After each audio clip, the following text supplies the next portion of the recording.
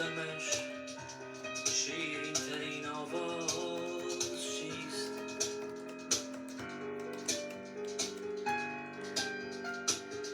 چشم غمگینش به رویم خیره ماند.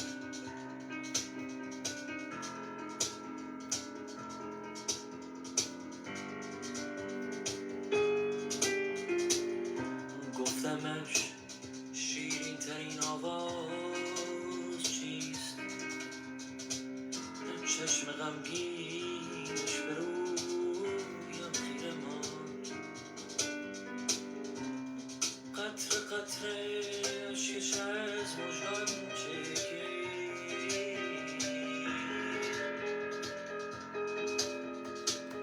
لرز افتادش به گیسوی بلند. زیر لب غمناک خواند لاله زنجیرها به دست من. Good evening, everybody. گفتمش آنگه که از هم بگسلند. Oh, I'm going to sneeze. Okay. Good evening, everybody. My name is Joanna Godwin-Seidl. I am your host this evening for, excuse me, something dusty. I hope it doesn't continue. Sometimes I start to sneeze and then I don't stop for a while. I am your host for this evening's reading of 1001 Nights. Without further ado, I am going to get going. If you would like to see us on the 21st or the 22nd of May at the Pele Hansen Kempinski with some live music by Kamyab Sadiri, then please feel free to tune in on those nights. And you can donate anytime you want to with www.paypal.me/Vienna Theatre Project.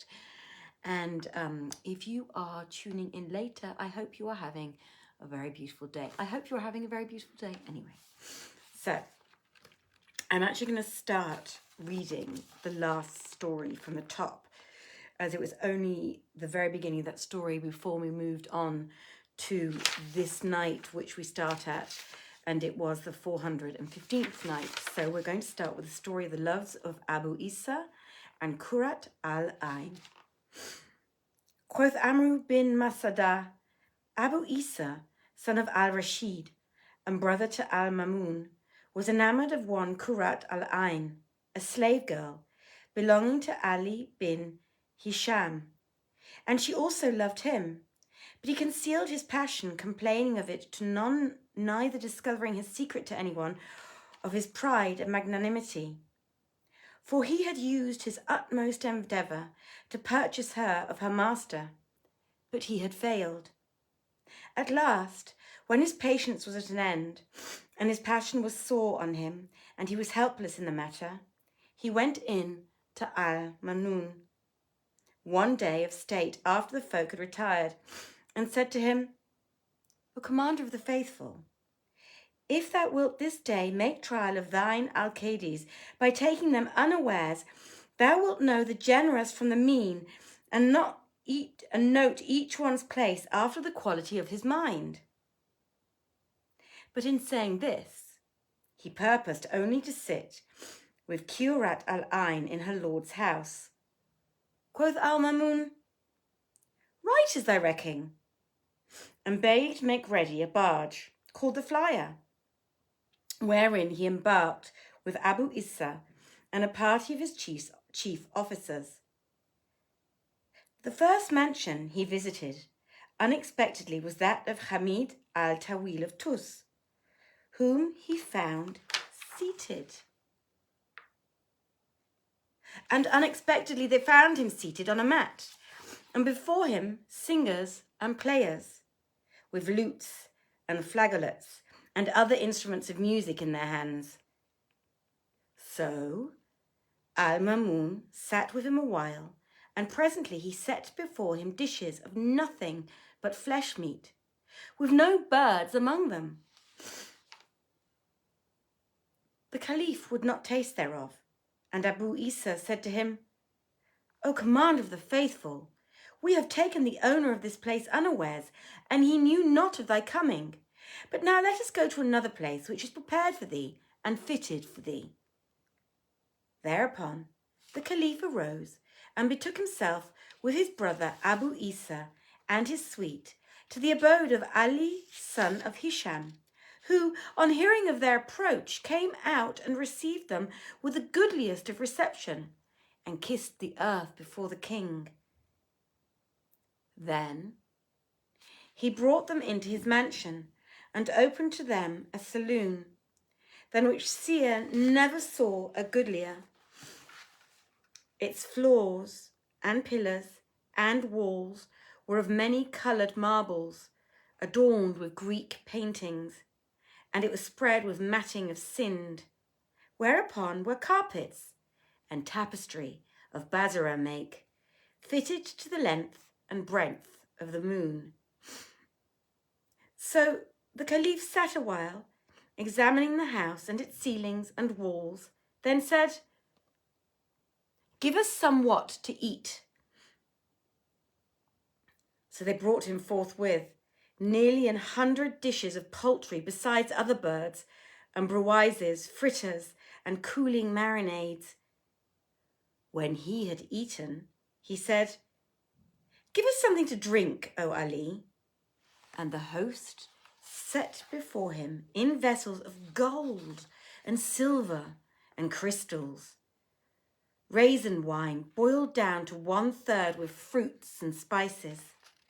And the cupbearers were pages like moons, clad in garments of Alexandrian stuff, interwoven with gold, and bearing on their breasts beakers of crystal, full of rosewater, mingled with musk. So Al-Mamun marvelled with exceeding marvel at all he saw, and said, "Ho thou, Abu al-Hassan." Whereupon Ali sprang to the Caliph's carpet, and kissing it, said, "At thy service, O Commander of the Faithful," and stood before him. Quoth Al-Mamun, "Let us hear some pleasant and merry song." Replied Ali, "I hear and obey, O Commander of the Faithful," and said to one of his eunuchs, "Fetch the singing women." So the slave went out and presently returned, followed by 10 castratos, bearing 10 stools of gold, which they set down in due order. And after these came 10 damsels, concubines of the master, as they were shining full moons or gardens full of bloom, clad in black brocade, with crowns of gold on their heads. And they passed along the room till they sat down on the stools, when sang they sundry songs. Al-Mamun looked at one of them, and, being captivated by her elegance and fair favour, asked her, "What is thy name, O damsel?" And she answered, "My name is Sajahi, O Commander of the Faithful." And he said, "O sing to us, O Sajahi." So she played a lively measure and sang these couplets. "I walk for fear of interview, the weaklings walk, who sees 2 lion whelps the font draw nigh. My cloak acts sword, my heart's perplexed with fright, lest jealous hostile eyes the approach decry. Till sudden happed I on a delicate maid, like desert doe, that fails her fawns to espy." Quoth the Caliph, "Thou hast done well, O damsel. Whose are these lines?" She answered, "Written by Amru bin Mahdi, Karib al-Zabaydi, and the air is Ma'adib's." Then the Caliph and Abu Isa and Ali drank And the damsels went away and were succeeded by other 10, all clad in flowered silk of Al-Yaman, brocaded with gold, who sat down on the chairs and sang various songs. The Caliph looked at one of the concubines, who was like a wild heifer of the waste, and said to her, "What is thy name, O damsel?" She replied, "My name is Zabia, O commander of the faithful." And he, "Sing to us, Zabia." So she warbled like a bird with many a trill, and sang these 2 couplets. Houris and high-born dames who feel no fear of men, like Meccan game forbidden man to slam, their soft, sweet voices make you deem them whores, but bars them from all whoring al-Islam. When she had finished, Al-Mamun cried, "Favoured of Allah art thou!" And Shahrazad perceived the dawn of day and ceased to say her permitted say. Now, when it was the 416th night, she said, "It hath reached me, O auspicious king, that when the slave girl finished her song, Al-Mamun cried, 'Favoured of Allah art thou! Whose is this verse?' And she answered, 'Jarir's, and the air is by Ibn Surai.' Then the Caliph and his company drank, whilst the girls went away, and there came forth yet another 10, as they were rubies, robed in red brocade, inwoven with gold, and purfled with pearls and jewels, whilst all their heads were bare. They sat down on the stools and sang various airs. So the Caliph looked at one of them, who was like the sun of the day, and asked her, "What is thy name, O damsel?" And she answered, "O commander of the faithful, my name is Fatim." "Sing to us, O Fatim," quoth he. Whereat she played a lively measure and sang these couplets. "Deign grant thy favours, since 'tis time I were engraced. Enough of severance hath it been my lot to taste. Thou art he whose face doth every gift and charm unite. Yet is my patience spent, for that 'twas sore misplaced. I've wasted life in loving thee, and would high heaven grant me one meeting hour for all this wilful waste." "Well sung, O Fatim," exclaimed the Caliph. "Whose verse is this?" And she answered, "Adi bin Said's, and the air is antique." Then all 3 drank, whilst the damsels retired and were succeeded by other 10 maidens, as they were sparkling stars, clad in flowered silk, embroidered with red gold and girt with jewelled zones. They sat down and sang various motifs, and the Caliph asked one of them, who was like a wand of willow, "What is thy name, O damsel?" And she answered, "My name is Rashah, O commander of the faithful." "Sing for us, O Rashah," quoth he.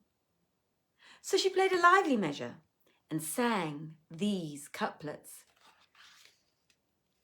"And one like Houri, who can passion heal, like young gazelle that paceth o'er the plain, I drain this wine cup on the toast her cheek, each cup disputing till she bends in twain, then sleeps the night with me the while I cry, this is the only gain my soul would gain.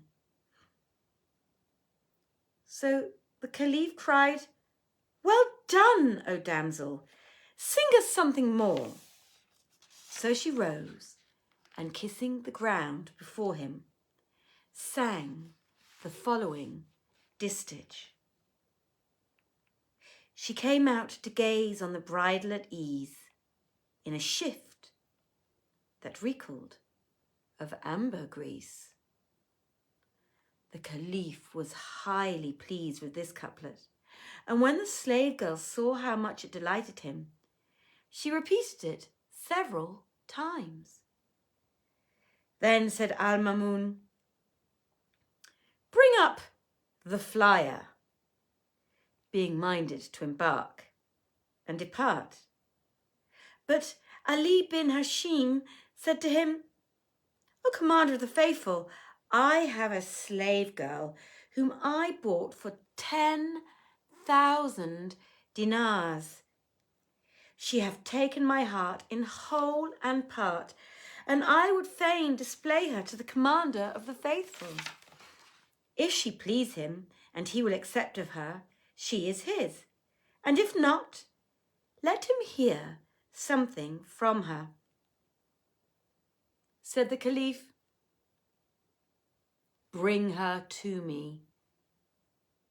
And forth came a damsel, as she were a branchlet of willow, with seducing eyes and eyebrows set like twin bows. And on her head she wore a crown of red gold crusted with pearls and jewelled, under which was a fillet bearing this couplet wrought in letters of chrysolite. A jinnia this, with her jinn to show how to pierce man's heart with a stringless bow.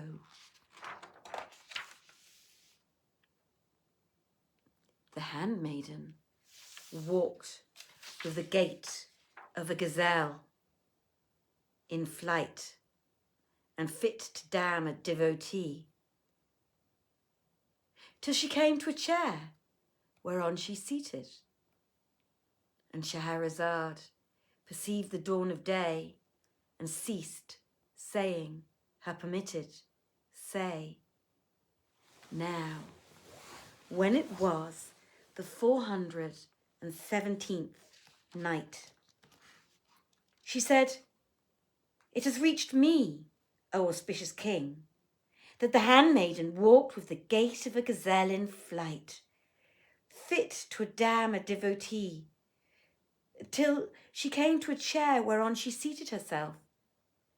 And Al-Mamun marvelled at her beauty and loveliness. But when Abu Hisa saw her, his heart throbbed with pain. His colour changed to pale and wan, and he was in evil case.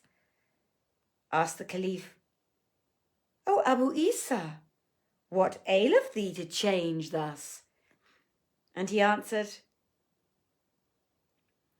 O Commander of the Faithful, it is because of a twitch that seizeth me betimes. Quoth the Caliph,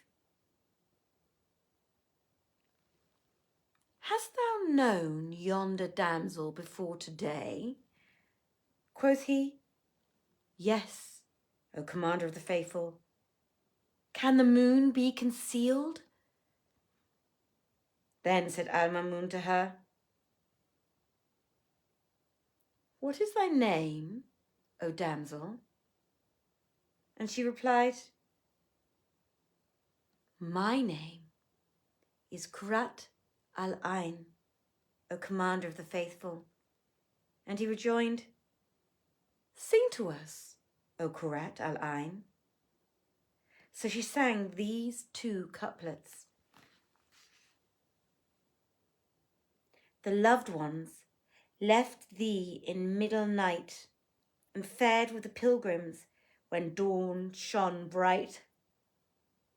The tents of pride round the domes they pitched, and with broidered curtains were veiled fro sight.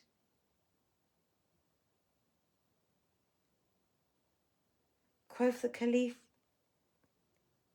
favoured of heaven art thou, O Kurrat Al-Ayn. Whose song is that? Whereto she answered, the words are by Di'ibil Al-Khuzai, and the air by Zuzur Al-Zagir. Abu Isa looked at her, and his tears choked him, so that the company marvelled at him. Then she turned to Al-Mamun and said to him,